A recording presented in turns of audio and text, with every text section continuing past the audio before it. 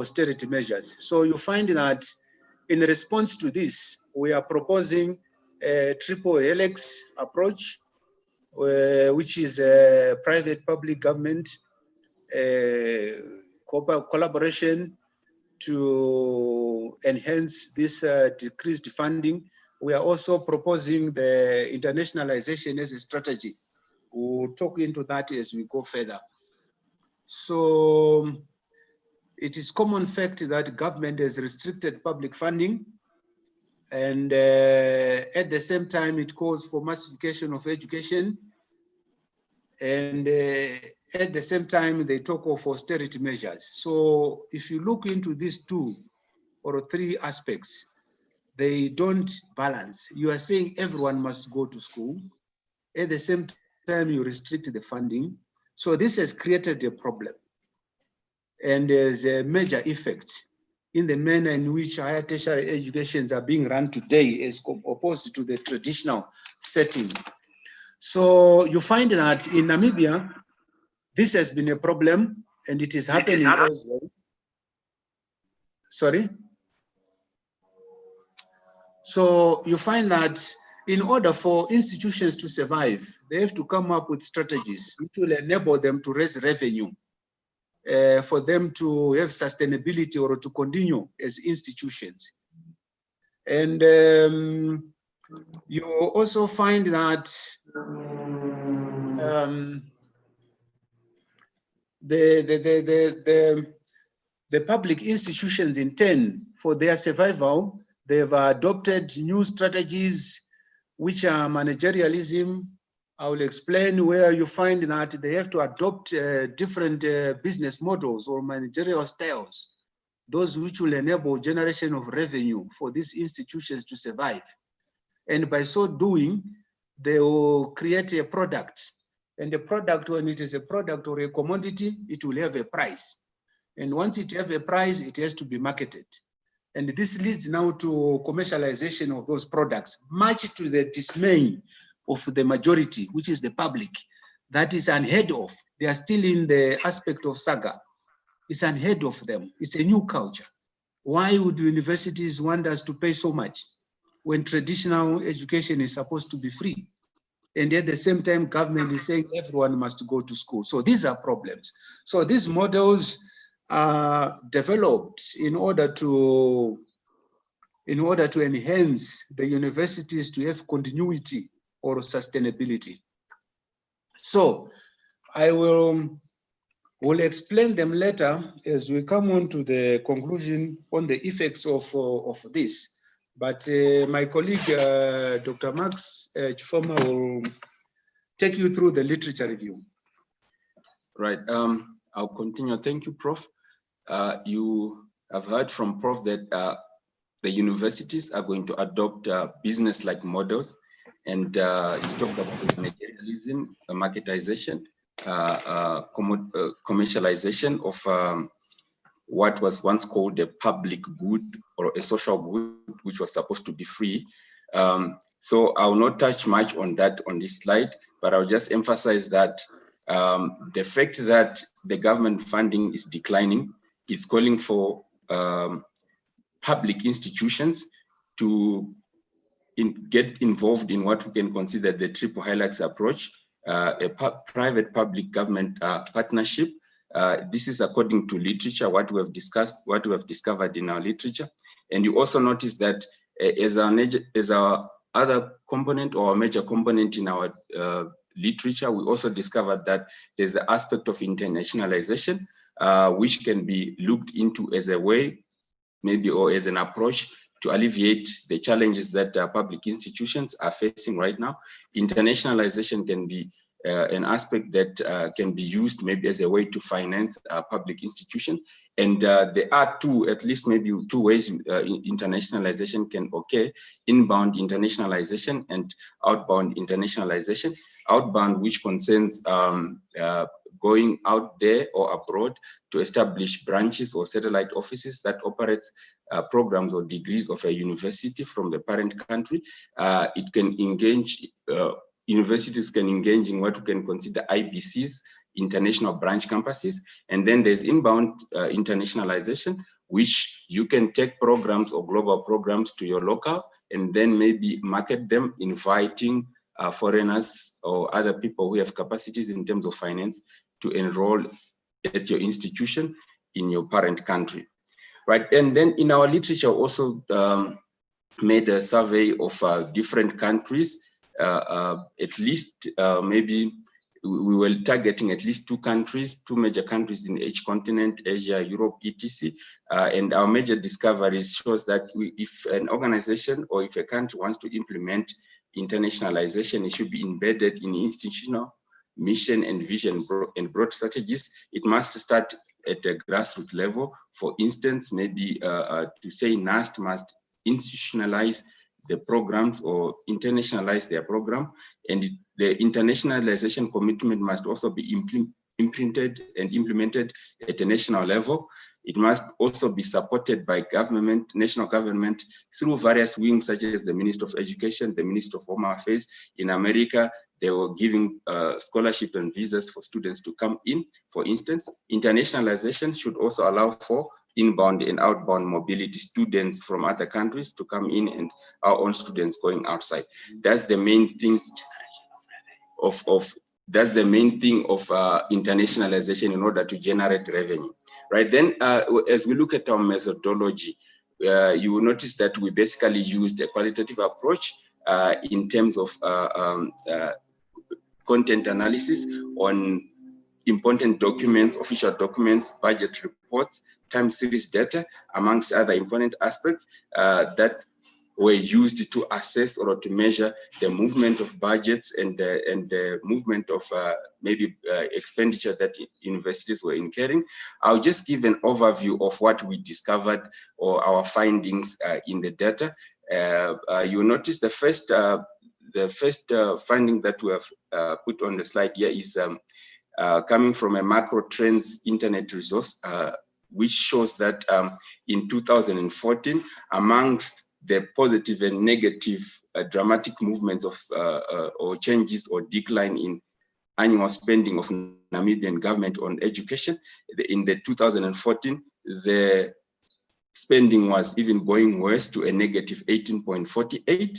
And according to this data, you will notice that some of the data was fragmented. So we managed to collect those fragmented data and put it according to different sources. And according to the Minister of Education, Arts and Culture, there is an observation that the amount of spending on top year given in millions, right, could be shared differently according to secondary, primary, and higher education. And this is a cause of concern in the fact that the higher education sector had or experienced a decline in the amount of share on the government expenditure, which is shown on the next slide. If we look at the yellow line, it shows the total amount of government spending on education. If we look at the blue line, it shows the amount of government spending portion on higher education. And then if you look at the next slide, it shows that in 2015, again, according to that source, there was a decline on share of government expenditure spending on higher education with a negative 5%. This was data that was happening before 2016. We also tried to collect data that was recent in terms of 2016 to 2020 budget projections. And we will notice that there is a noticeable decrease in the amount of higher education spending by the government, which is projected as by 2020 or 2019 to 2020 budget figure, it went to 3.10 from 2016 of 3.41, right, which is a remarkable decline in terms of, if you look at it in terms of percentage, it is an 8.78% decline, right? So it is clear that the government, after implementing the Education Act of 16 of 2001, which calls for massification of education, it is clear that there is a decline in terms of funding or spending on education, which is maybe if they are implementing a massification of education, primary and secondary levels will increase in terms of enrollment, and these people are going to be, maybe they need to be assimilated in public universities or in public institutions at higher education or at higher levels. And while least the predicament is that the government is not going to be able to fund them, right? So the challenge is we are faced with an increase in number of students, right? And then a decrease in funding, right? Where public institutions needs to find ways to alleviate, right? So in our conclusion, we noted that the Namibian government implemented an education for all policy, right? And I've explained that. The plight of the government or failing to have a stable support mechanism, it's oscillating between negative figures, decline or changes that are occurring in every year. There's no stable, maybe stable amount of spending. There is therefore a mismatch on public education institution growth and stable or declining government resources. There is also decline funding. The declining funding leads to, we observed that the declining funding leads to a number of issues such as school dropouts and a compromise of higher education quality. You notice that that maybe conflicts the education policy or the goals of education. You also notice that when there is when we talk of a compromise of higher education quality, we are saying that maybe there is no enough money to fund the students. There is no enough money to fund the resources that are required by the public institutions. There is also no enough money to maybe fund managerial, administrative, and other levels of staff, right? Right, and then,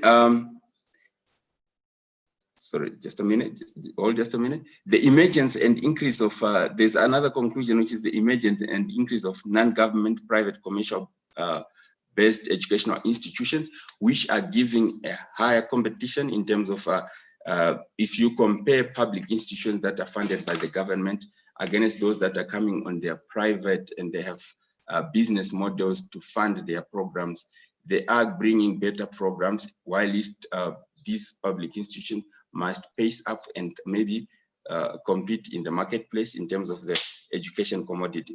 And there's also public institutions are quickly adopting commercial business strategies. We've talked about that. It's our observation, it's our conclusion again.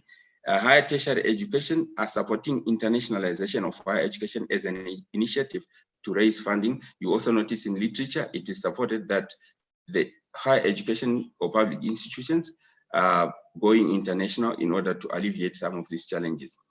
Our recommendations are at least at 3 levels, and I think I will leave this to, okay, let me continue.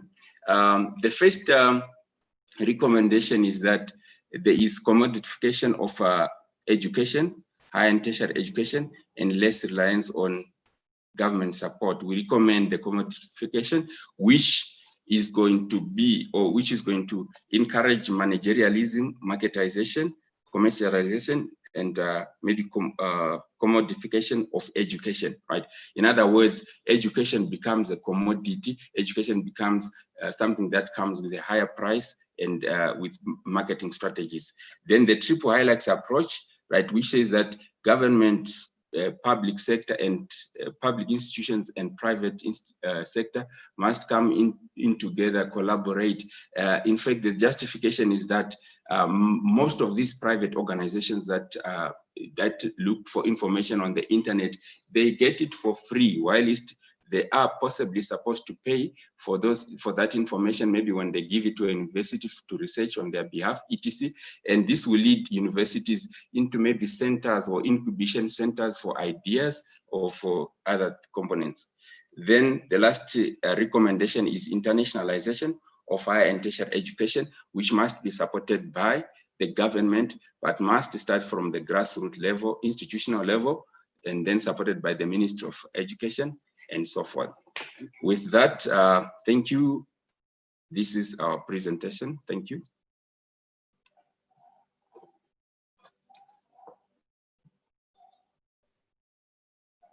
Thank you so much, Dr. Farmer and Prof. Matipira and colleagues for presenting your paper. I know that you've managed to do it under the 20 minutes mark that we had allocated to you, which probably means that we have some time for probably 2 more questions before we allow the next presenter to come on board. I see on the chat here, there are already some few questions. I think the first one is coming, is actually saying, should higher education be for free? That was spending of 2014. That is 6 years ago. What does the funding trends look like at the moment? Is there no such data? That's the first question that I got on the chat. I don't know anyone who can respond to that. Yeah, yes, in terms of the public policy management, it is assumed that when you say education for all, the bottom line is that that education government will fund, which means translate to be free, in other words. That's the traditional belief. But with the changing dynamics or landscapes in which how the higher tertiary education is operating now does not allow that. That's why we are talking of universities now offering a commodity.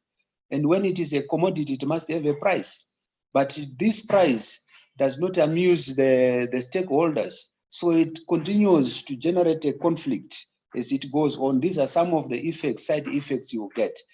In terms of the data, you'll find that there are some statistics for 2016-17, 2019 up to 20, if you can check on the slides, which also try to reflect the decrease in funding in the context of Namibia. And this was from the budget statement of 2016-2017. Thank you.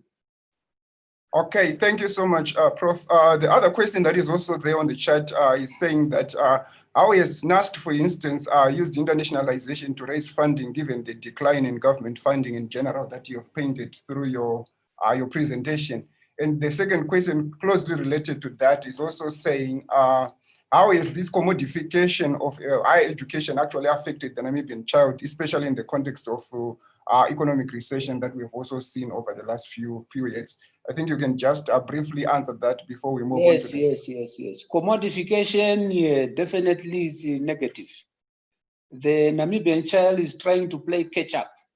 And how do you play catch up? You must run fast in order to meet those who have gone. But in the absence of this funding, how are you going to be equal to them, those who have been funded before? So it creates a problem already and it's there, and there's no catch up.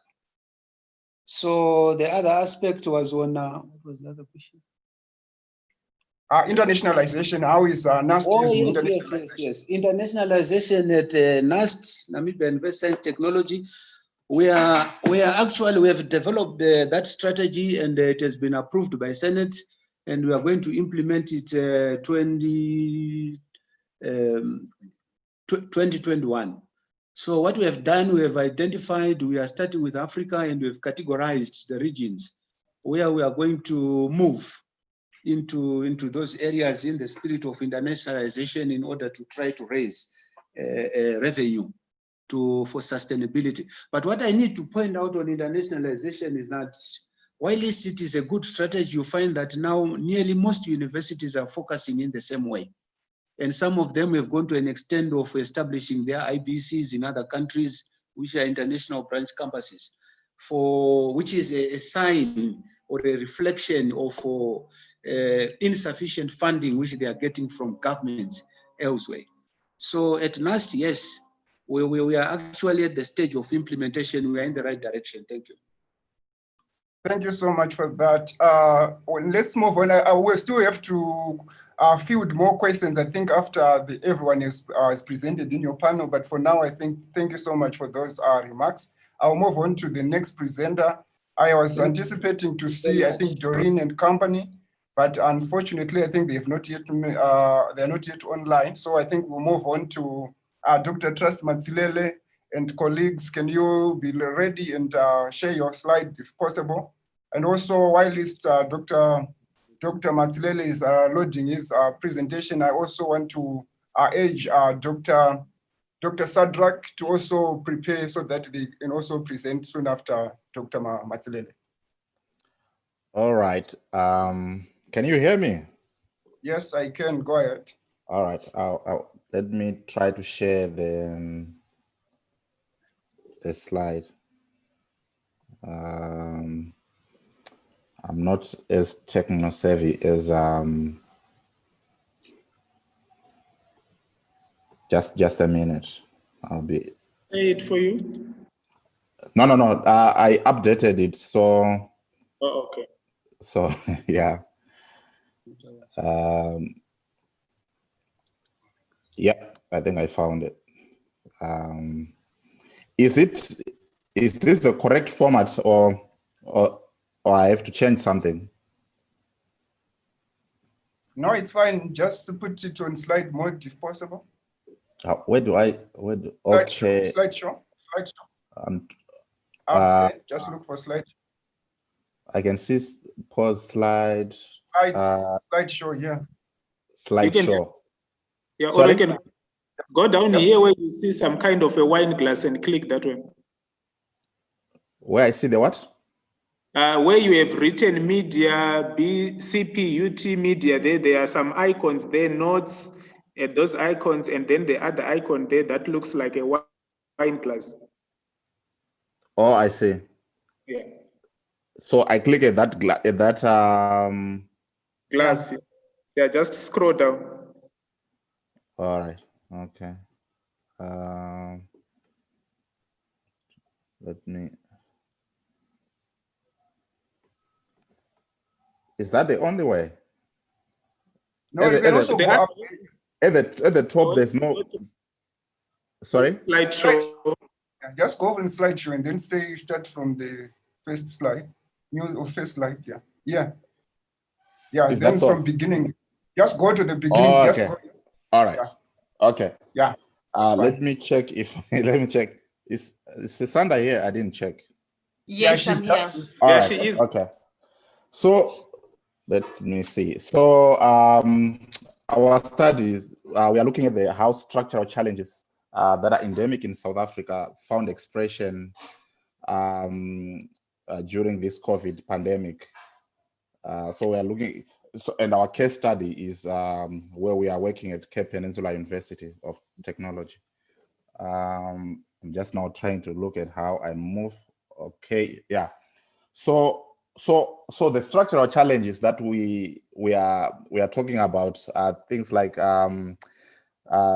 poverty, unemployment, inequality, and also the issue of infrastructure that ordinary South Africans are grapple with: access to electricity, access to reliable electricity, access to internet, and access also to these technologies that became critical when we went under this lockdown and were forced to adopt a virtual classes. So I think the first thing is to look at the landscape, the educational landscape in South Africa. And I think the first point to note is that that South Africa's education should be understood within its broader context that developed under the apartheid system. This system had two distinct education systems: one that was meant for whites and the other one that was meant for blacks. As Banding observed, these educational systems mimicked the apartheid political and social structure that sought to create these two systems.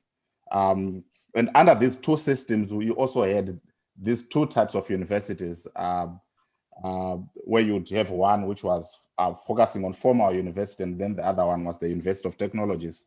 And our case study, as I've already alluded to, deals with the University of Technology. So this is the notion that Banding calls separate but equal qualification structures. That was, taken to imply that students who went to University of Technologies were to be equipped with tools to be able to do the work, while people went to formal universities. Maybe the word formal is not the right one, but people went to universities were expected to be instructed on theoretical aspects. And when you also look at these University of Technologies, you'll find out that they also had white University of Technologies, then also there were black University of Technologies, and because of the apartheid systems, you'll find that the white universities of the white technicons were more resourced than black technicons, and one of the most interesting things that going forward we'll be exploring is this new character that developed after the hybridization of these University of Technologies, because post 1994, what you find was the integration of these technicons. So in Cape Town, you have these two technicons being forged into one, and it happened to a number of other technicons across the country. But other universities like University of Johannesburg, it was a merging of a university and a technicon. I think you remember of the Viz Technicon and Rand Afrikaans University, then they merged to form what is called the University of Johannesburg.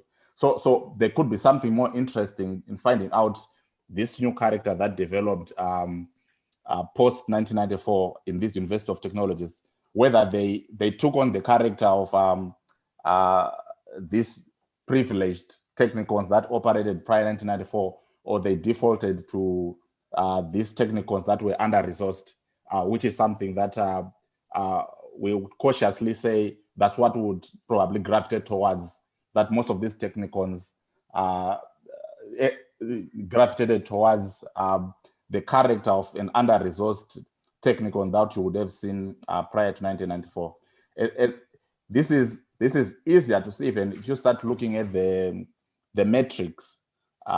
When you look at the type of a student that you find in present day South Africa, and also I would say present day CPUT, because that's where we are based, you are increasingly seeing that a number of whites, we are having an incremental decline in the number of white students who are enrolling at these universities. And I think the first question is why. Also the issue of funding. If you juxtapose the issue of funding at CPUT against other universities like Wits and UJ, which were able to quickly adopt tools because of lockdown, then you also see these these structural challenges that that have to do with funding also affecting these universities. And because of the structural challenges that that the university also is facing, that also they also end up affecting also the students that we have, because we also go on to look at the type of the students that we have at CPUT. And another part of that exploration is the type of the student that we have is largely a student coming from a disadvantaged background, which then becomes difficult when you migrate online. On one hand, you have a university that cannot offer these tools, but on the other hand, again, you have a student who is coming from a very disadvantaged background, in part because of these structural challenges that I alluded to earlier on. I hope we'll be able to tie some of these things when we look at the preliminary conclusions. So on our literature review, we have we look at some of the scholarly work that has gone into the use of technology in everyday life. There is Sorenson, Silverstone, Panzer, Carter. Then also have Cross and Adam who explored the adoption of technologies like WhatsApp, Zoom, Blackboard in South African higher education. Then you also have issues like Clicker and Whiteboard that also are used to enable class attendance and quiz, and also learning and course management. And also Hornsby also did a study in 2013 on use of Blackboard module on course and others. So I think I've already alluded to the challenges at Institute of Higher Learning, and I should make it clear that in this instance, the two last bullet points speak to the investors that we are dealing with.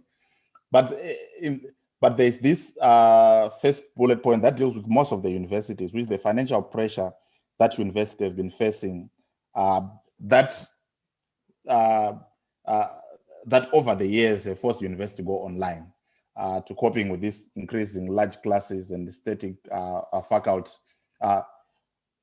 But this challenge should be understood when you are dealing with University of Technologies, especially in South Africa. The challenge comes when you have to think about issues of the internet access, not only not only for students but for lecturers also.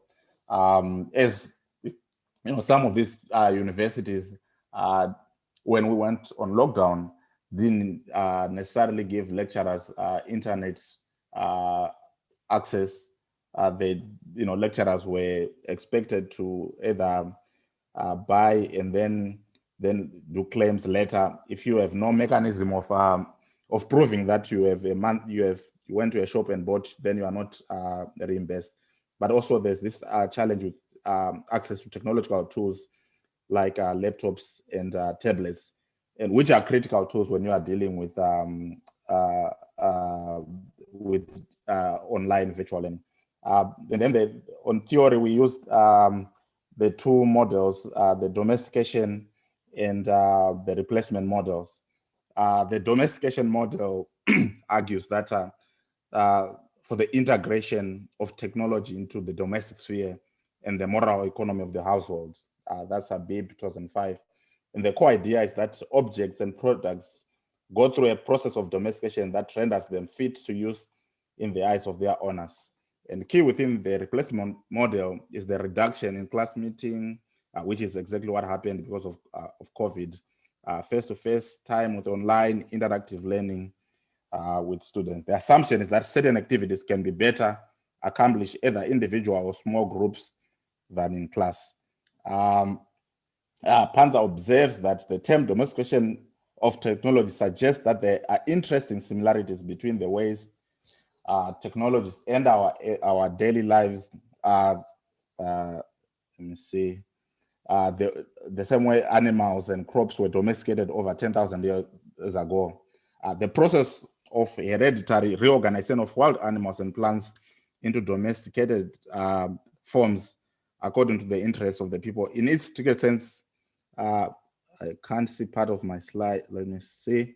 It refers to the initial stage of human mastery of wild animals and plants.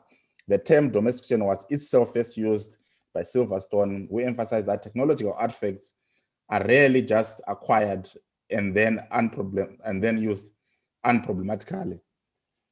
Then you also have Carter, who argues that technological artifact to be integrated into a new environment, it first has to be tamed and cultivated with transformations to accommodate this consolidation. This domestication involves symbolic work, which is the creation of meaning, cognitive work, practical work. Then you also have Sorensen, who argues that in domestic settings, we consume technologies, or more precisely, technical artifacts by integrating and using them. I'll let Sisanda talk on the next few slides. Okay, so thank you, Trust. So our study is a qualitative study, and it takes a reflexive, narrative, and participatory approach. And we used autoethnographic methods to explore the perspectives of academics and students, as Trust has mentioned at CPUT. And the strength of autoethnography is that it really allows you to go through the multiple layers of consciousness that the subject, which in our case would be the two lecturers, has on an issue. So where COVID has largely been explored in quite quantitative approaches, given the kind of issue it is, there is a need for studies that will go in depth to try and tease out the meanings of how people find themselves in different situations as a result of this pandemic. So hence the approach of an autoethnographic study. But because teaching and learning are two sides of the same coin, we brought in students who then were participators with us in the study.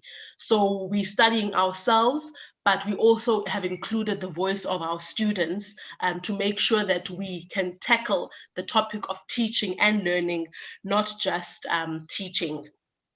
So Wall notes that these methods allow for researchers to draw on their personal experiences in order to understand broader societal phenomenon. And as an approach, they are grounded in postmodern philosophy because they acknowledge the inextricable link between the personal and the cultural to make room for non-traditional forms of inquiry and expression, as I've explained. And because we say it's participatory because we as the researchers are researching ourselves and are involved in the study. Next slide.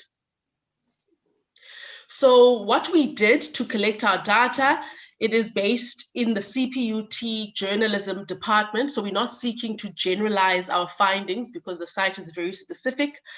The participants were Trust and myself as lecturers and ultimately the researchers, as well as 2 second-year students.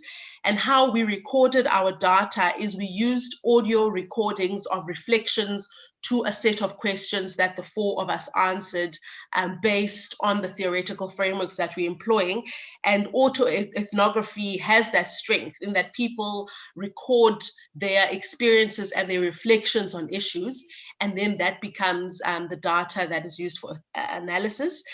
And for our analysis, we are taking a deductive thematic approach, which means that informed by the theory, we go into the data that we've collected and see how the respective participants speak to aspects of the theory. Next slide. So our preliminary findings so far are with respect to 4 areas. I'll deal with 2 and Trust will deal with the other 2. The first are issues like load shedding, which are broader societal issues that affect everyone across the board, rich, poor, black, white in South Africa. Everybody is subjected to load shedding. And here we found that these issues impact teaching and learning because it meant that it couldn't occur across the board. If there's load shedding, there can't be tests. Whether you have access to technology or not, when there's no power, you also are stuck and cannot write the test. And the students reflected saying that for them, it meant that they had to work at certain hours of the day and they couldn't work at others. And the lecturers meant that they obviously wouldn't have access to technology at a particular time in the day. Then there are issues of like access to equipment, which are slightly different from the broader structural issues, because here they start to affect individuals. So individuals that have access versus individuals that don't. And what we are seeing here is that the increased divide between those who have and who don't have occurs. So people who have access to technology really thrived in these conditions because they could use technology to their advantage even more, whereas those that didn't not only missed out on what was happening in terms of lectures online, but they couldn't do their own research and draw on the tools in the same way that those who had access to technology could. Trust will then speak to the other 2 aspects.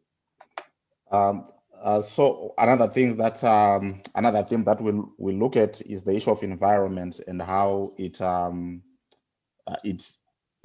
either promotes or hinders learning.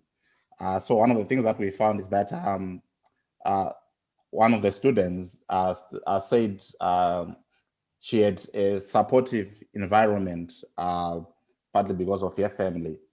And because of that, she was able to do learning. But also tied to that, the problem though was that as Sisanda has already alluded to with load shedding, she couldn't, while the family environment allowed a learning environment to thrive. The problem then was that the same environment has also these other challenges that are beyond the control of the family, which is things like electricity. And then, as you can see that in the slide, one lecturer says the actual physical environment was conducive, but naturally because of teaching from home, you have the environment also that determines whether your teaching goes on well or not. Then you have the physical versus the virtual learning experience. And then you find out that learning did not work in terms of being able to ask questions. This the student is would have under normal circumstances, in part because the student was not able to attend real-time lectures because of challenges with accessibility like electricity and the internet during the times when lecturers conduct their classes. The challenge 2 minutes. Okay, and then the challenge with on the lecturer side that we also observed as far as the physical versus the learning experience is that you have this tension of trying to finish the lecture against the limited time that you have to deliver your lecture, which is 2 hours, and student also cannot go beyond because of the internet challenges. Then perhaps the other preliminary conclusion that we might want to indicate is that in domestic settings, we consume, let me see what, because we have a minute left now. Do you want to say something, Sisanda, on one of the slides? Yes, so just to highlight in the previous slide, because I think those 4 points drill down what we are finding so far, that where we are as higher education, we are not immune from what's happening in society. So our online learning is going to be dependent on getting the societal structural issues right. Secondly, that although technology has the opportunity to be the great equalizer, it can divide us even further in a country where some have access and others don't. So those are important considerations to bear in mind as we move forward in a hybrid model. All right. There are all those things that our study confirms other studies that have been conducted. But yeah, in a nutshell, that's what we managed to look at. Thank you. Thank you so much, Dr. Matslele and Siyanda. I think because of our time, I'll just... Sisanda, okay. Yeah. Okay, let me just probably allow 1 or 2 questions. I think there's already 1 question here, and then you have to wait until the end of this session. I think 1 question that is there already saying that how big was your population sample? So I think just respond to that, and then we can move on to the other presenter. So it's important to stress that our study is autoethnographic, which means that we are studying the self. So it's 2 lecturers and 2 students. The study is not about the size of the participants. So we don't even allude to population, because in autoethnography, what is important is the depth of the insights. And we're not seeking to generalize the findings. So we are saying in this instance, this is what these issues mean. So that is the strength of this methodology. So when we give our findings, it isn't to seek to generalize and say, as a result of what these 2 lecturers experience and these 2 students experience, this is what can be concluded. But we are setting to shed light on an aspect of this pandemic through using this in-depth qualitative approach. Thank you so much, Sisanda, for that response. I think there are some other questions, but we have to shelve them for now until we are done with this panel. And now I call upon Dr. Sadrak to take over. Are you here? Yes, Doctor, I'm here. Go ahead.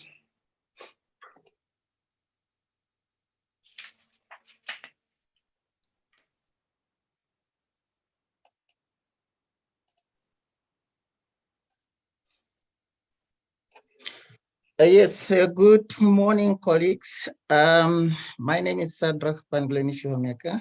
I am from the University of Namibia. Today I'm here to present to you a paper that I titled Higher Education at Crossroads, Pitfalls and Avoidance Strategies of Implementing Online Learning in Namibia.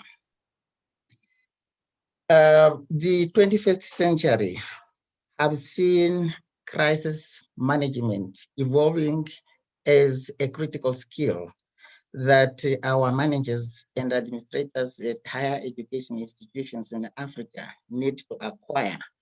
And the reason why they need to acquire these is for them to be able to develop coping strategies that will enable them to deal with issues such as, pandemic outbreaks or natural disasters,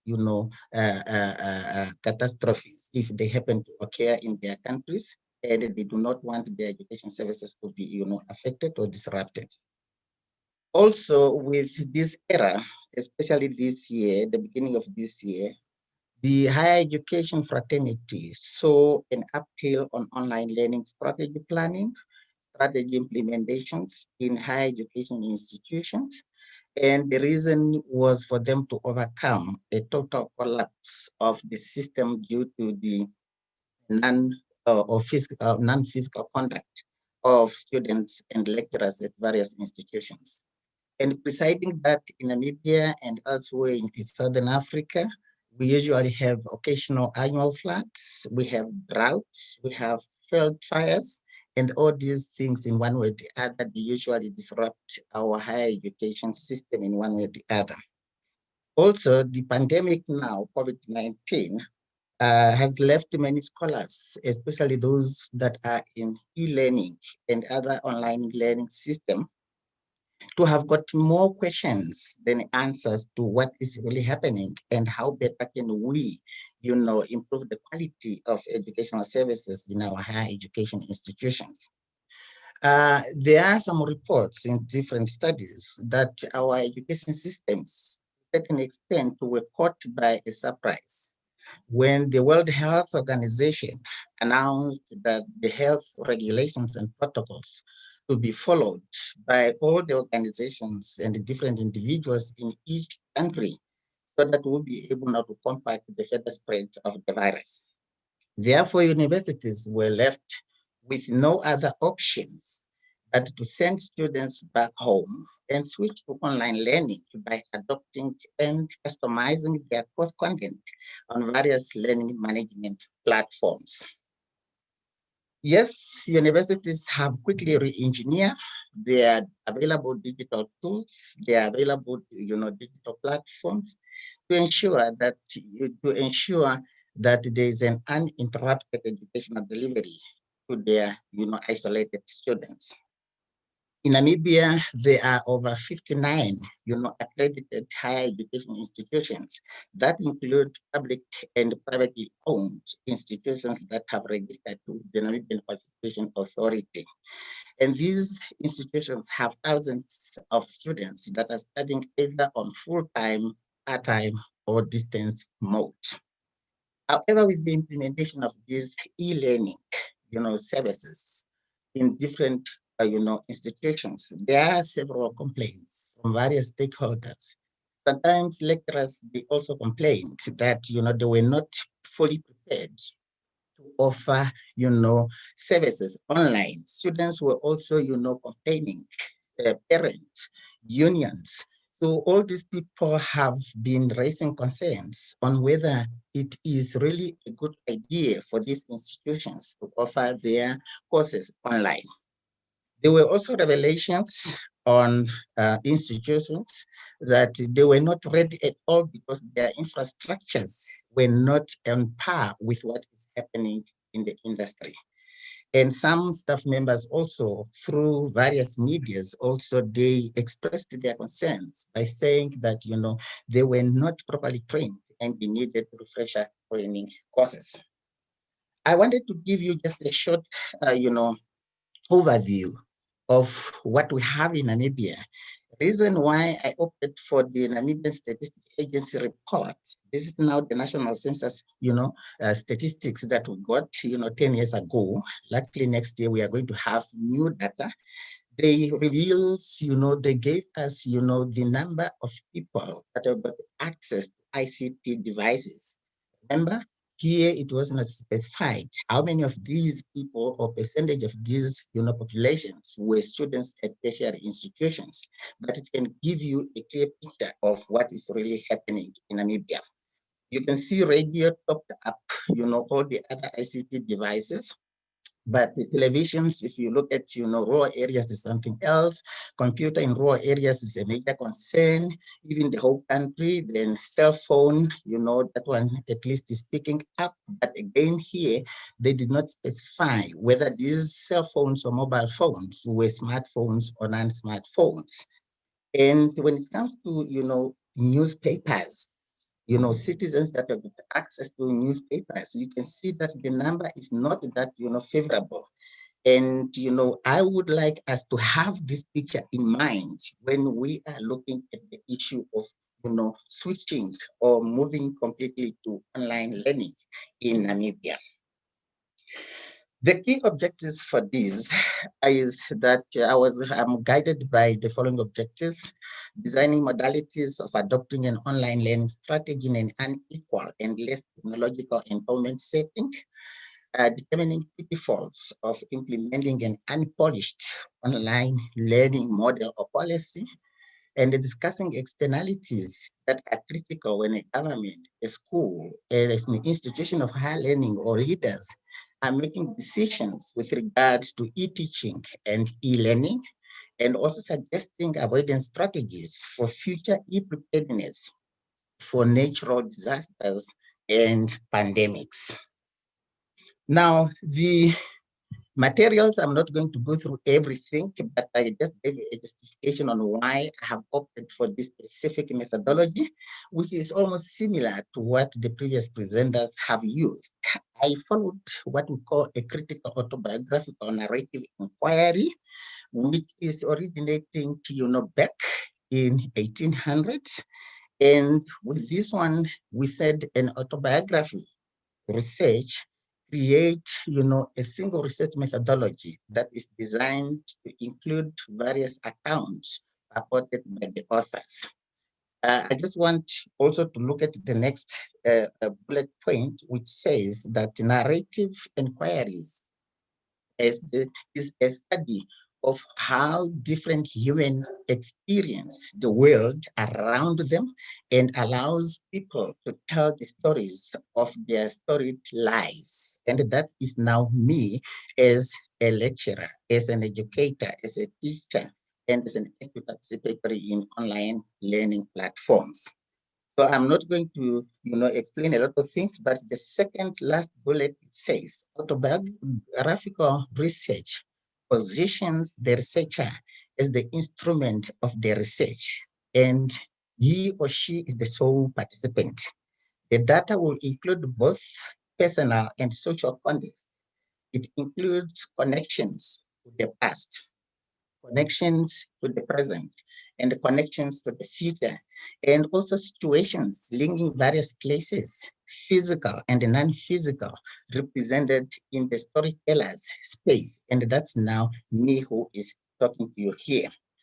I slightly modified this because I combined my, accumulated experience of more than 17 years in both basic and higher education. I taught at 2 public universities, 1 public college, and 4 private colleges here in Namibia. I dealt with thousands of full-time and distance students in different institutions. I facilitated workshops online and also facilitated, offline workshops and students from different corners of the country who have access and those who do not have access to, ICT materials. I marked assignments online and also offline, so I combined these cumulative experiences so that I can recount and give you a reflective account of events that happened so that I can formulate, policies or models that we can use to avoid, problems that I have encountered in the process. I supplemented this, accumulated experience with the digital ethnographies since 2015, when most of the institutions started, talking about e-learning here in Namibia. And they were also, talking about having access to social media platforms and using them as means to disseminate information to their students and also to their lecturers. So I have done, Also content analysis. It is a huge document that came up with so many, models and quadrants, frameworks that I have, sent for publication to different, journals. I've also done, a document analysis of newspaper articles when people were raising issues concerning e-learning implementation in Namibia, and I included key newspapers in Namibia, like the New Era, the Namibian newspaper, Namibian Sun, and Republic. Since I started my teaching career, I kept a reflective diary of all the classes that have been, the meetings that have attended, the workshops that have facilitated, etc. Main aim is for me to find out what are those key and dominant problems that we are encountering year in, year out, and what can we do so that at least I'll come up with a solution that emerged in my study as I am going to talk about here. So I want to end this methodology section by saying Godfrey 2003 indicated that autobiographers must acknowledge that their thoughts and writings are never free from influence, but at all times they are explanatory in nature. It's an old method, design method paradigm that has been not really utilized because of criticisms by various researchers. What did I come across? Overall, these cumulative experiences gave me 4 key issues. No or inadequate categorization or profiling of staff members, including students, by institutions of higher learning. Hence, at the end, they have problems of implementing e-learning. No assessment of staff digital literacy and their attitude toward e-learning and e-teaching. Also, I came across inadequate sensitization trainings to digital learning tools and incorrect information on the digital divide that is crippling, the success of various e-learning initiatives in the country. The first theme that I'm looking at is the modalities of adopting an online learning strategy in an unequal and less technological endowed setting like Namibia. I have 2, documents here, of which they are accompanied by rubric with a scoring sheet, but unfortunately, I'm not going to look at the rubric. I just want to see the categories and the profiles of lecturers, teachers, and facilitators that we can find. So, using that experience that I have, I came up with the categories, or what I called characteristics of possible online or digital learners or students in Namibia. I have 4 of them. I have those ones that are called technologically endowed student or learner. I have the moderate technologically exposed MTE students or learner.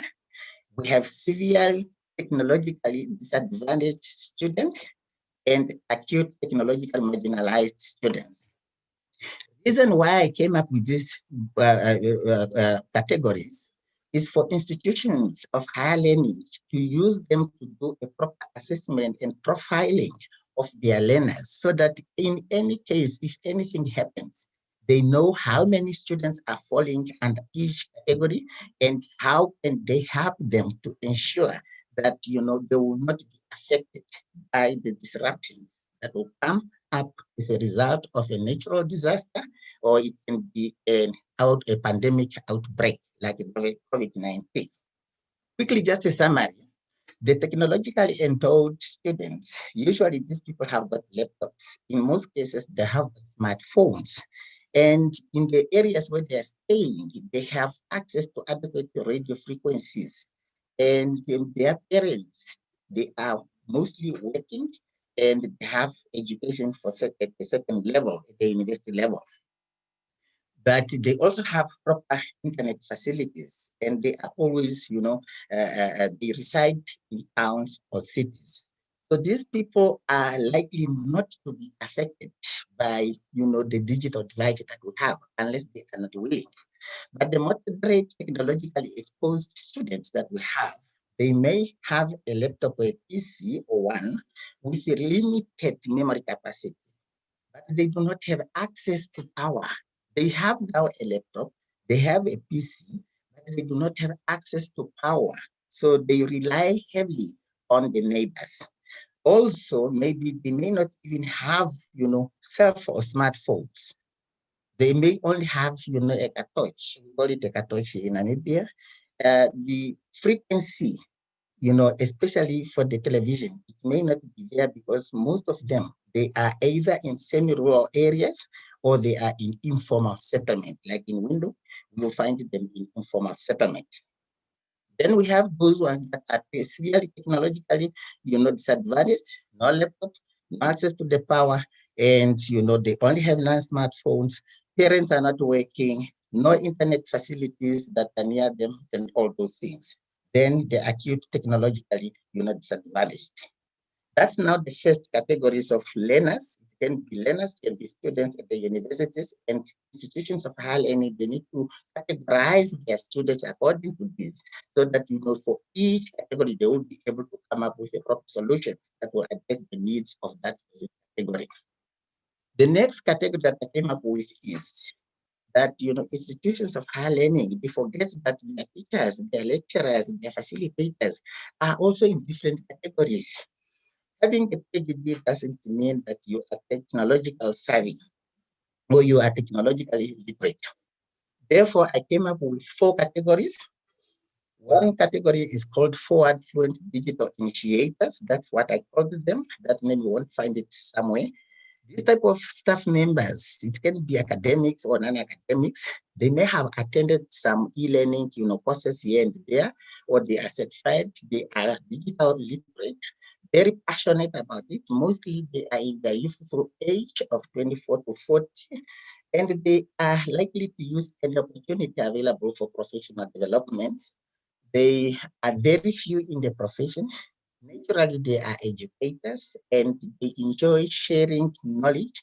Even if they have that little knowledge, they are willing to share with others. While the regressive, digital sensitive, these ones, they are digital literate, but they are not ICT certified. In most cases, these are self-taught. They did not attend any course. They taught on themselves, but they know how to do certain things. They know and they are aware of relevance and importance of teaching and learning.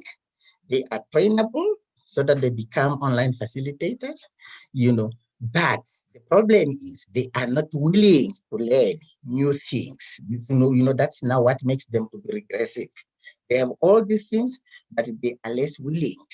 And usually they are sensitive to truth. You'll find these staff members. They are digital vocal and they have limited, listening skills. Very strange with their limited knowledge. If a colleague happens to approach them for help, then, Can you they will finalize, say, Doctor? yes, I'm about to finalize. Okay. Then we have progressive digital romance. We have online, evangelism informal. So these are the categories that we have for our facilitators, and it came as a result of cumulative experience and what I came across.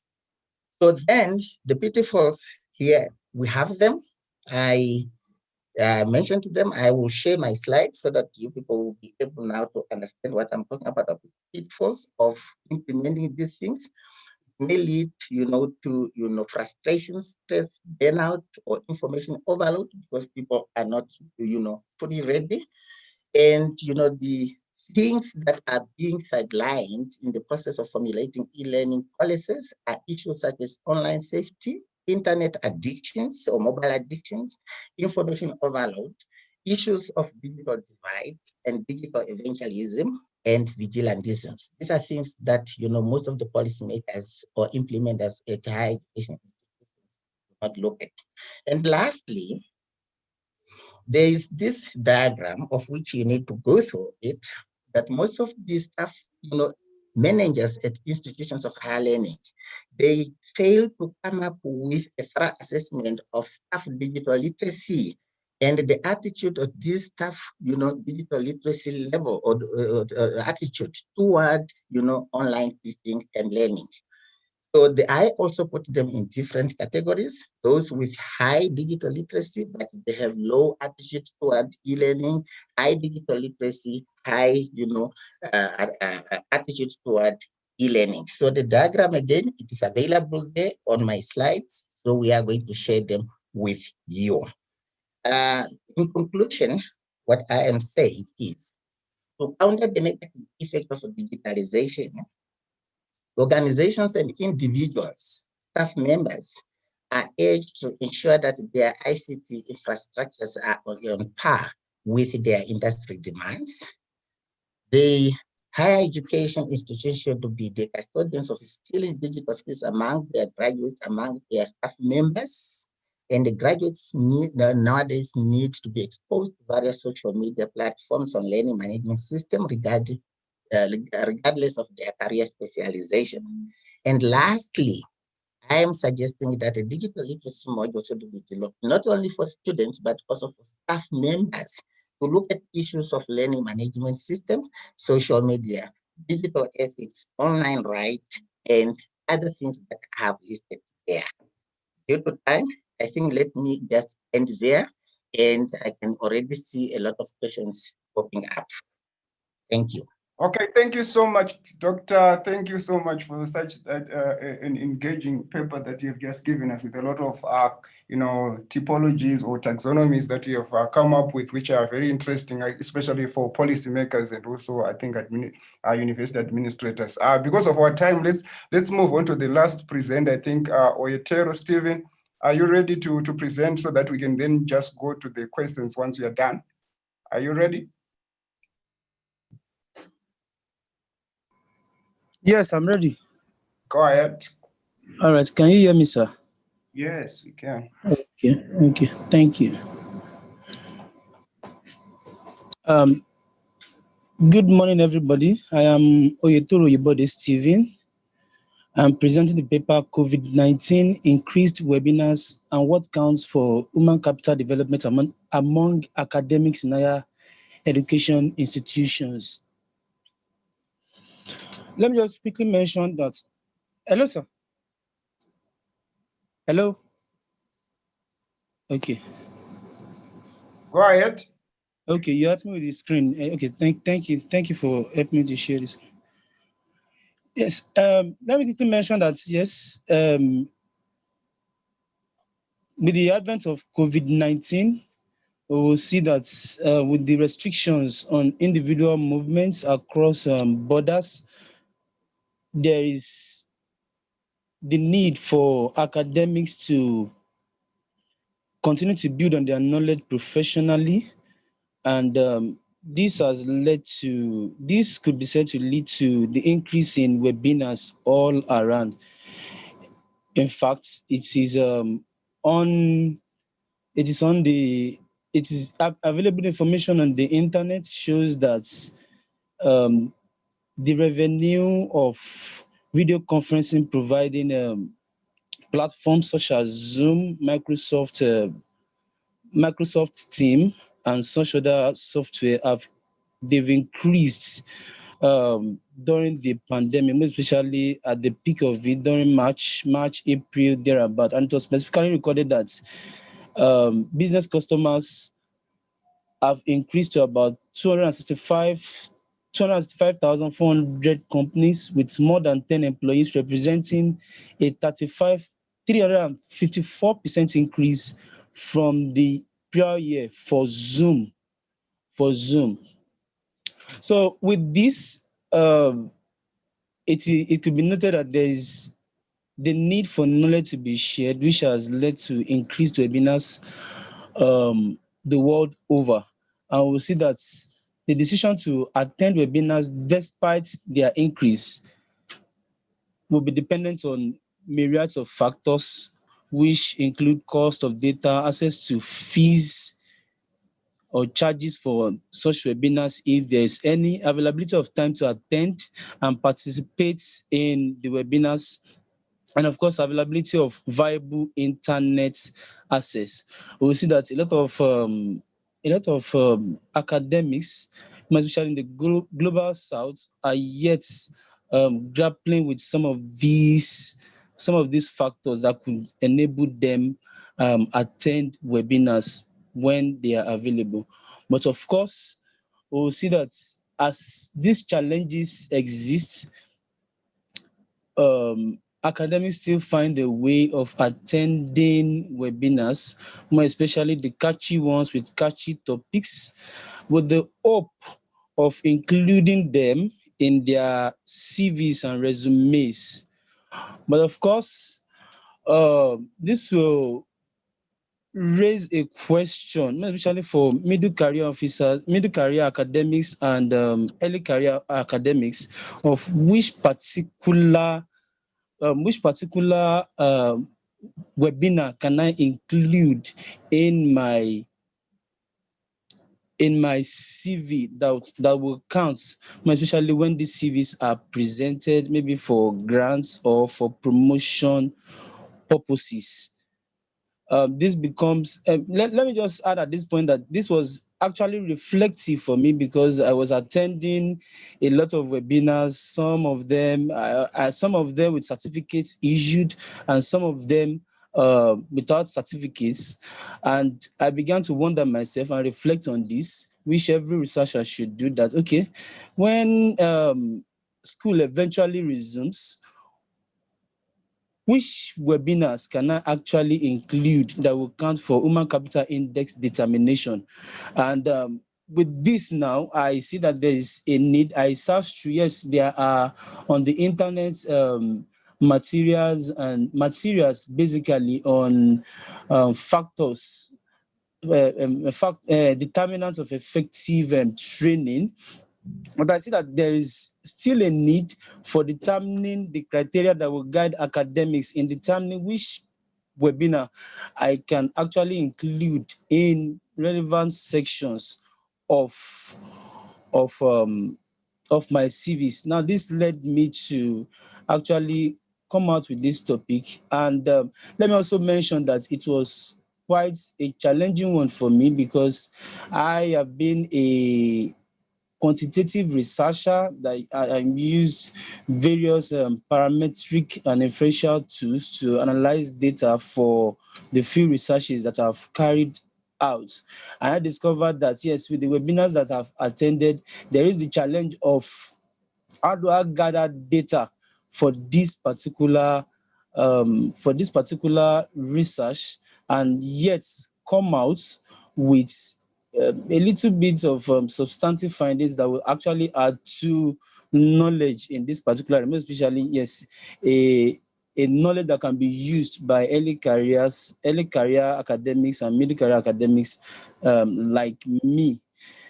So in the main paper, I reviewed some literature. Yes, pardon me, I actually waived the intricacies of making references, but then the main paper, there are references thereon. Literature is reviewed under the following headings. I considered the main paper, what are webinars, and one of the definitions I offer for webinars is that it's a short form for web-based seminars, and there are other definitions too, such as the one I could glean from Cambridge Advanced Learners Dictionary that says webinar is an occasion when a group of people go on the internet at the same time to study and discuss something. And yes, in the main paper too, I searched through the literature to make attempts at classifying webinars. But through my readings, I was able to come up with four classifications, which are in the main paper grouped under classification based on synchronicity. That is whether the webinar is live or it is a pre-recorded webinar that is made available on the internet. There's a classification that I was able to glean based on the purpose.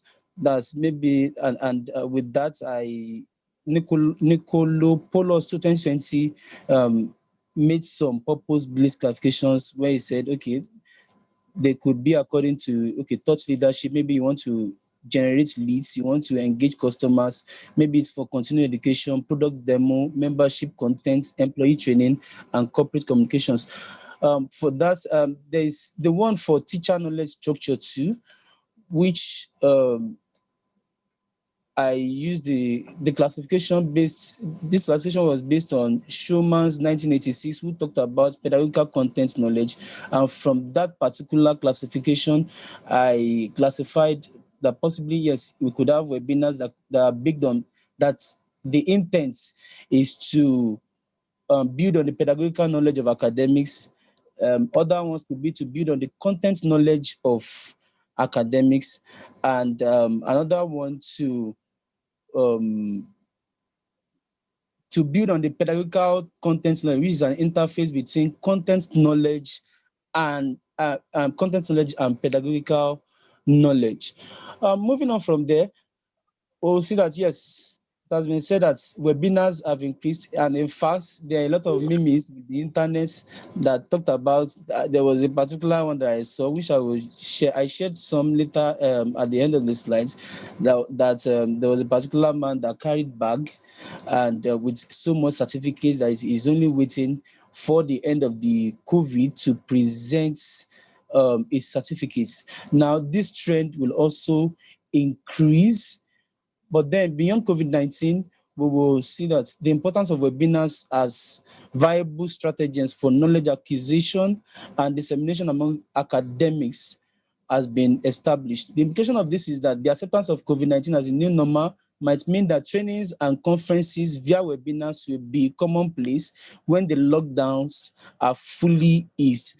And the practice, as I've seen now, more especially from this part of the world, Nigeria, is that we have virtual conferences going on that have been advertised side by side with being physically present, which are not commonplace before COVID-19.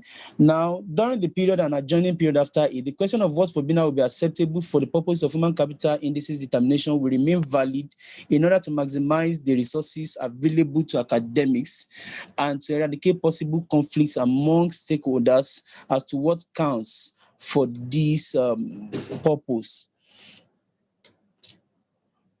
So from there, the purpose of the study is to extrapolate the qualities of webinars that are likely to count for human capital development indices for appointment and promotions determination purposes among academics in higher education institutions.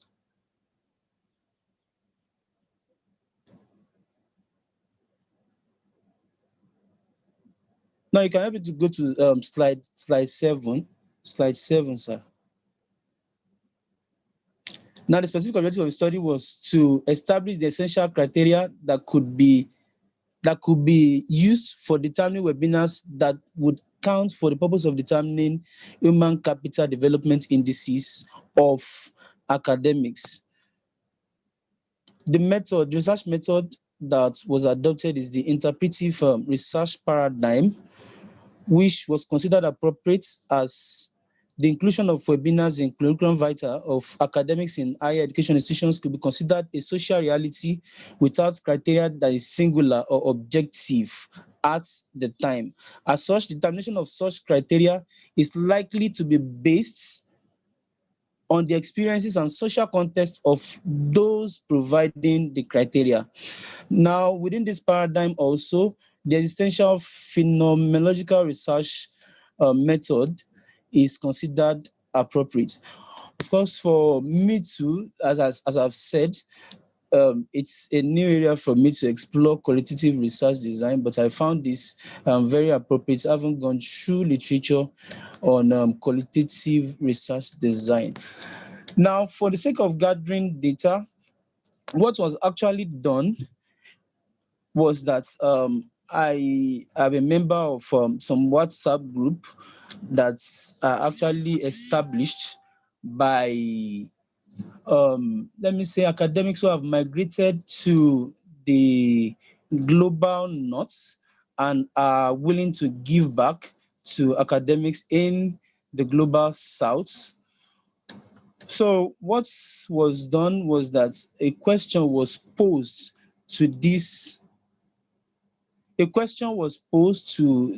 WhatsApp group, and the question reached us that in the era of COVID-19 and post-COVID-19 and the continuing need for academics to stay abreast of developments in their field, which has made webinars the new normal, which webinars will count for inclusion in the curriculum vitae of academics? Of course, I was expecting that a lot of persons will respond to this, which will help me gather the relevant data for this particular study. But then, to my surprise too, it was only 5 academics that responded to this question that was posted on the WhatsApp group. Of these 5 participants, I have one senior professor who I can term a senior professor, who is a professor in one of the Ivy League institutions in America, that's Harvard. There is another person, there's another a senior professor, a professor from a federal university here in Nigeria, another female associate professor, a male professor, and there was another group too where a senior lecturer in a university in UK responded to this particular question. Now, moving forward to the results. Of course, I said it was a learning process too for me. I've had to read and read on how to actually do coding, but nine teams which could be said to be criteria that could determine, yes, what webinar should I include, what webinar should an academic include, were generated and are presented as follow. Webinars to be included in the curriculum vitae should have significant impacts on the career of academics. That's one. And we will see that I reflected on this, and from the background of the person who was giving this particular response, I saw that, yes, he actually said, yes, academics are free to include webinars and conferences that have significant impact. And from the main documents that I have and from the main analysis, I could find out that, yes, free, maybe coming from the background of a liberal, an academic now in a liberal environment, and is now saying that, yes, those ones that have significant impact, also being conservative, being a senior professor in that particular field, that yes, you have the liberty to include, but then it should be the ones that have significant impacts on one's career as an academic. Fast forward to the second one was uncertainty and subjectivity. I saw that, yes, uncertainty and subjectivity exists on the duration of webinars that could be said to impact career, and long hours of more than 3 hours are suggested. Yes, this was also a thing that was derived from the response given by the senior professor. He actually said that he doubted if a webinar of less than 3 hours could count for inclusion in CV for human capital development indices determination. The third theme was that the university management will play a significant role in determining the criteria to be met by webinars that will count for human development indices. Well, in universities, especially in my own home institution, there is no criteria that is set aside at the time for virtual conferences and webinars that are attended. But going from these results, I'm quite certain to an extent now, although yes, that's a bias on my side, that after COVID-19, there might be consideration for the management to, sit down and determine which webinar would actually count for promotion's sake and for human capital development indices. The fourth theme that was extracted is a conference webinars where academic papers are presented and discussed would be sufficient. Now, this was given by the professor that was coded prof in the main documents. He said that yes, if one does not present paper in a particular webinar, I mean, if it's not a conference webinar where one presents a paper, then there's no need for one to include this on one's CV. The fifth was that there should be a means of confirming attendance and participation at the webinar if the need for such arises. I'm on 5 now. If you help me to follow through, there should be a means of confirming attendance and participation at the webinar if the need for such arises. Then reflecting on this personally, the question would be, yes, all the 1-hour webinars that are organized, are there actually records where attendances of participants can be ascertained if there is a need for such by the employers of academics. Then, besides the present value of To webinars, finalize, please. okay, besides the present value of webinars too, there was a thing that emerged that yes, the present value of the knowledge that is generated might not only suffice, but also determining the future value. If there's a future value to be added to the skills of academics, then one can go ahead to add this in the webinars. There are 3 other ones, but then as I've also said, there's one that emerged that is very important. I said, the webinar must address the continuing professional development of the academic. Now, conclusively, increased webinars is one of the hallmark of the COVID-19 pandemic, as academics are unrestrained to attend virtual conferences and events through video conferencing facilities. The study has shown from participants' responses the criteria that may be helpful in determining the weight of webinars for human capital indices determination. The criteria were categorized into teams, with the participants identifying 9 criteria that could be of value to academics in determining which webinar to include in one's CV. On slide 14, I shared 3 of the memes that I found on the internet.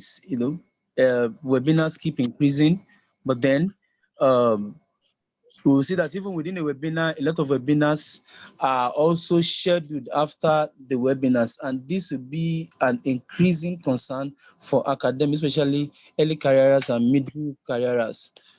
Thank you for listening. Thank you so much, Stephen, for that presentation. Now we open up to questions from fellow participants. Any questions that you can ask our presenters? Starting with the one that was done by Prof. Matipira and company, and then followed by the one that was done by Dr. Matsilele and Sisanda, and then also the one that was presented by Dr. Sadrek, and this one by Stephen. Any questions that you have, you are free to raise your hands, and then I can let you go.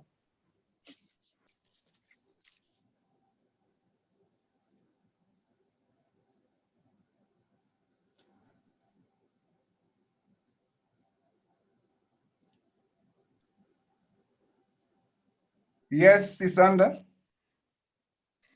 Okay, if I can take the liberty, Admire, I'm just wanting to speak to some of the questions that we've had in the chat, because some people may have missed it. We've had questions around our approach, which is the auto-ethnographic participatory reflexive approach. And I think one of the things that I wanted to highlight is there are lots of studies being done on the impact of COVID-19 on higher education. And we've seen a lot that is quantified, even in this seminar. People have quantified who has and who doesn't have, who's able to participate and who can't. There's also growing scholarship that has questioned people on their experiences, which takes it to a deeper level of people's experiences of COVID-19. But there's a real paucity in the research where researchers themselves then turn the gaze on themselves and look at a very deep level of how they have been impacted by COVID-19. And I think autoethnographic research allows us to go the deepest we possibly can in understanding individual experiences in higher education of this pandemic. It's one thing to have interviews and try and get a representative sample, but a lot is lost when you try and generalize findings. There is a space needed where we look at particular lecturers, particular students, and ask for an in-depth perspective of how they've experienced the pandemic, which is what our study has sought to do. Domesticating technology, yes, we've got figures around that. How many people who didn't have access to internet have suddenly had to buy Wi-Fi? We've got those aspects. But what has it meant for the individuals who have gone through this experience is something that the scholarship hasn't explored thoroughly yet.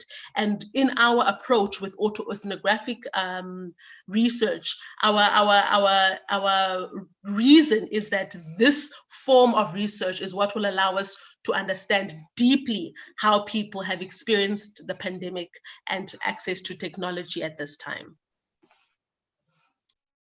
Okay, thank you so much. Thank you so much for that clarification on your methodology, which probably for some is certainly a new methodology. So maybe that's why it arouses a lot of interest and questions. Any other concerns? Yes. Yes, yes, Mufaro, go ahead. yes, I've got a question for Sisanda. It is an interesting aspect that is autoethnographic, but I've got the question concerning data saturation point. Did the authors manage to reach such a point? Thank you, Mufaro, for your question. To clarify, autoethnography is not like doing interviews and then trying to find a data saturation point. It's about explaining a phenomenon through the unique experiences of the person who is recording whatever form of recording they're using for to capture the data. So we're not looking to say at this point, this is where saturation was reached, because that is not what the method is about. It's about finding deeply what each individual's experience has been in order to make sense of this phenomenon. And so autoethnography doesn't use the same criterion of validity and generalizability that even qualitative approaches uses. It uses concepts like truth and whether a finding resonates with the reader.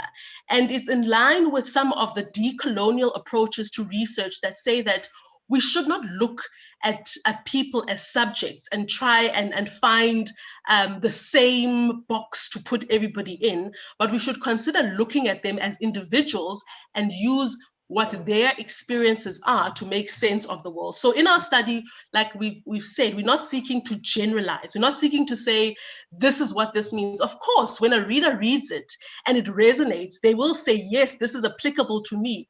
Or they will say, actually, this was not our experience, which means this could be an area we seek to quantify through quantitative methods, or we can use other forms of qualitative methods to probe deeper.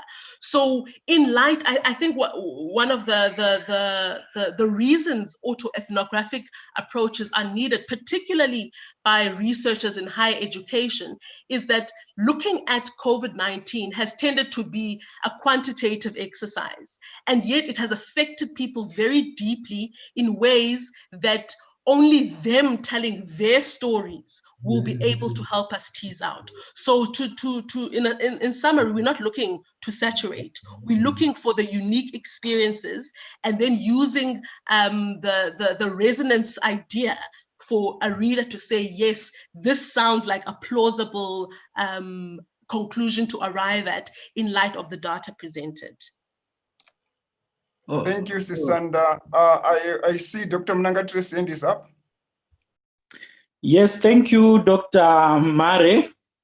I have a follow-up question to Dr. Sisanda.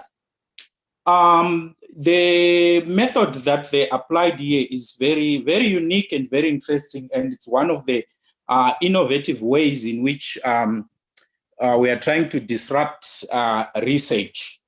However, I would want them to speak to the issue of validity or trustworthiness within this method, because it does has its own way of validly saying, yes, this is the truth, and yes, this is the deep truth that represents the perceptions and experience of the individuals we interviewed. Can she highlight something on that? Yes, I think, Taka, what often accompanies autoethnographic studies is a link to where the raw data is. So whoever is reading it can read it in the context of what was said. So if somebody's written a journal, you would find a link to the journal where the reflections were captured. In our case, we've used audio recordings, and while our analysis for the study is based on transcriptions, the audio recordings will be included as an appendix to the study so that somebody listening can go back and see whether what was said or what has been quoted is indeed what the participant was saying. So we're not looking here for validity. Like I've said, we're looking for the person's truth. How has Sisanda, a mother of 3 children at the age of 4 and under, experienced using technology in her home in light of this pandemic? And as the individual tells their story, it finds resonance with people who say, yes, this has been my experience as well. And from there, other forms of research that may seek to quantify how mothers have experienced the pandemic, or that have quantified and now want to explain how mothers have experienced the pandemic, would then draw on the work that we have done. So again, it's not about validity, it's about individuals' truths, and those truths are gauged by the reader based on the transcripts, not the transcripts, the audio recordings in our case, of the data to see, indeed, is this what the participants had to say in response to whatever theme they were looking at? And secondly, it's not about generalizability, where we say, okay, well, because Sisanda as a mother with 3 under 4 experience it this way, all mothers, this is what we can conclude, but to say, does it resonate with the reader? And could the reader see the link between what the data says and what the findings of the study arrive at? Dr. Murray?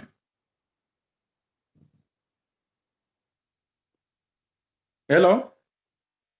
Come in, doctor. Come in, doctor. Yes. A follow-up question would be, I'm not convinced, because in ordinary qualitative, we always put quotations and we always want to keep transcripts and audios to trace back to say, does this reflect what the participants actually expressed or experienced in their own words, which Sisanda, you are highlighting as the key aspect of that, because that's one part we use in trustworthiness in general qualitative research. For you to then dismiss the issue of validity or trustworthiness in autoethnography, I think I'm missing something, because even in ordinary qualitative research, we also talk of what we call interview saturation. When you are interviewing someone on a particular subject, you go with them until you reach a point where you have said, you have exhausted what they can say about it, and you have extracted what they truly feel or think about a particular subject or matter. I'm still worried about how you then put in the aspects of validating the data that you have collected. Thank you. I would not ask anything further. Okay. No, thank you for that. Okay, and I think, thank you. Go ahead, Susan. I think that the last thing I'll say to Taka, because we've also engaged in this on the chat, is that in the points that you've raised, it definitely shows that in the write-up, we will need to elaborate on the methodology itself, because that seems to be quite contentious, which for me, as somebody who comes from a bit of anthropological background, is a bit of a surprise, since this is a method widely used within the fields of anthropology. But what I want to also add is that when you, as the researcher, ask somebody questions, right, you can only get a certain perspective on their experiences.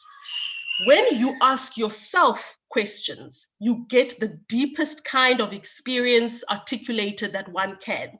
And therein is the point of doing autoethnography versus doing a normal interview with somebody for qualitative research. Both are valid and both are needed. But the one gives you a perspective where you, the researcher, impose how the story goes, whereas the other looks at yourself and goes the deepest you can go and unearths perspectives that you would not be able to unearth. So the autoethnography is not just from the analysis, because the validity question is around the analysis. How will we show that our analysis is valid? Whereas we are also stressing the data collection aspect, which is different and needed in light of the kind of research that we're seeing due to COVID-19 and its impact on higher education. So we'll definitely elaborate in greater detail on the method section because it seems quite contentious. Thank you so much. Certainly, as I've already pointed out, your methodology or your method certainly have ignited a lot of interest. But I also want others to answer their own questions. I think Oyetero, you've got a question from June on the chat, which says, was the question posted on the WhatsApp group, focus group discussion? Can you answer that?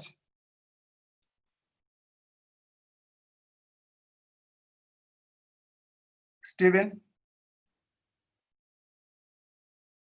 Can you unmute yourself and answer?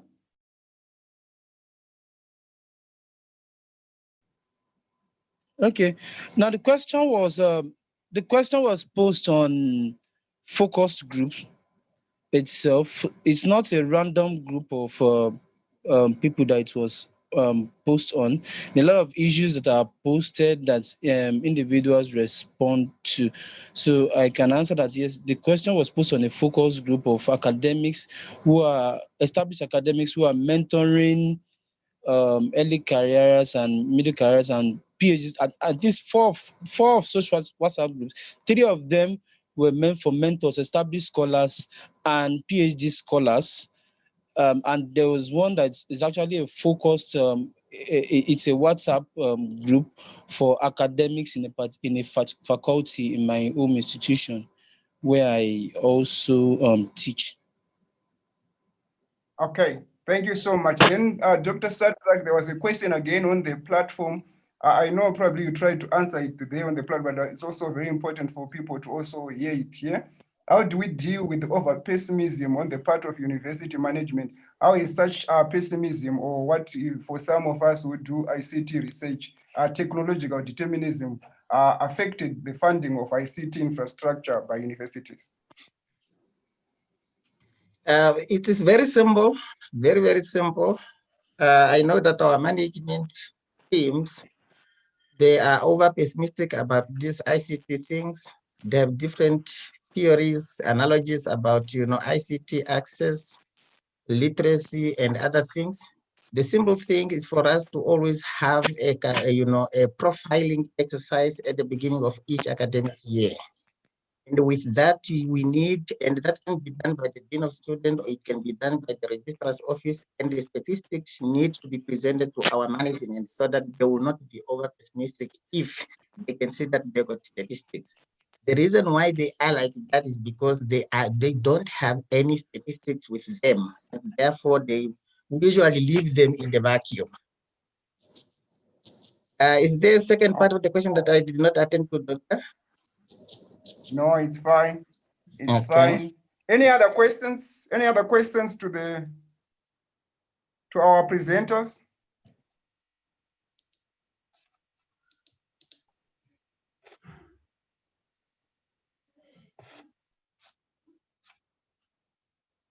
Susanda's hand is up. Okay, Susanda, you can go ahead. Thank you very much. I have a question for the last presenter. I find it very interesting around quantifying how much people participate in online training in these conditions. do you think it is worth, in your opinion, or what do you think institutions should be looking for? Because you mentioned some of your participants were saying it should be at least 3 hours for it to be meaningful. But yeah, what do you think it is that would be important for institutions to gauge? Because you can go to a 1 hour training session, which is of more value than a 3 hour one. And also the time of day that some of these happen means it takes more out of you than at other times. So in light of this, what do you think they should be looking for to deem a webinar worthwhile of giving you credit for, and others sort of not really worthwhile? Okay. Okay. Okay. The question is, which one should the university management be actually looking for? Well, okay. From the question, yes, what I understood is that after now, and we'll see that the senior professor who has been a professor since the late 80s and who would have been a member of a lot of panels for promotion and grants determination purposes, actually mentioned that yes, the onus will still be sometimes on the employer, that's the university management, which is the council, they will still play a significant role in determining the criteria. But I still know that the determination of this criteria will still be in consultation with experts in various fields, because I know that there are biases for fields. But if it could be argued out that a less than 3 hours webinar will contribute substantively to the career paths of academics who attended that particular webinar, then I think it's so. But the basic point is that the university management will still have to decide, and I think this decision will still be in consultation with professionals in individual fields, so that what counts for a significant webinar for a researcher in the education field, core education field, might be different from what counts for a researcher in the medical field who already have maybe CPDs that have been done by their associations, and you know that there are some. So it's still going to be based on bias, but then it will still be on consultations between the management and substantive scholars in individual fields. I think I've been able to answer that question with that. Okay, thank you so much, Stephen, for that. I think with that, I think we are done for this particular panel, unless there is another burning question that I have to attend to before I close this panel. If there is no question, then I will take this opportunity to close this particular panel. And I hope that you have enjoyed the engaging discussions. Is there somebody who wants to come in? Yes, I want to ask for permission to leave the conference now. Okay. May you excuse me? I have a lecture to attend to very shortly. Okay, no problem. All the Thank best, you. Doctor. Okay. With that, I think let's take a 15-minute break. Let's convene once again at 15:15. I think it's just a comfort break. Let's reconvene again at 11:15. I think, yeah, 11:15. My time here in Namibia. So let's convene at 11:15, and then from there, Dr. Amadila will take over as a session chair for that final panel that we have. So we have at least 15 minutes to just stretch and have a coffee or anything that make you feel better in this morning. All the best and good morning. So you can remain logged in, then for 15 minutes we'll be back. Yeah.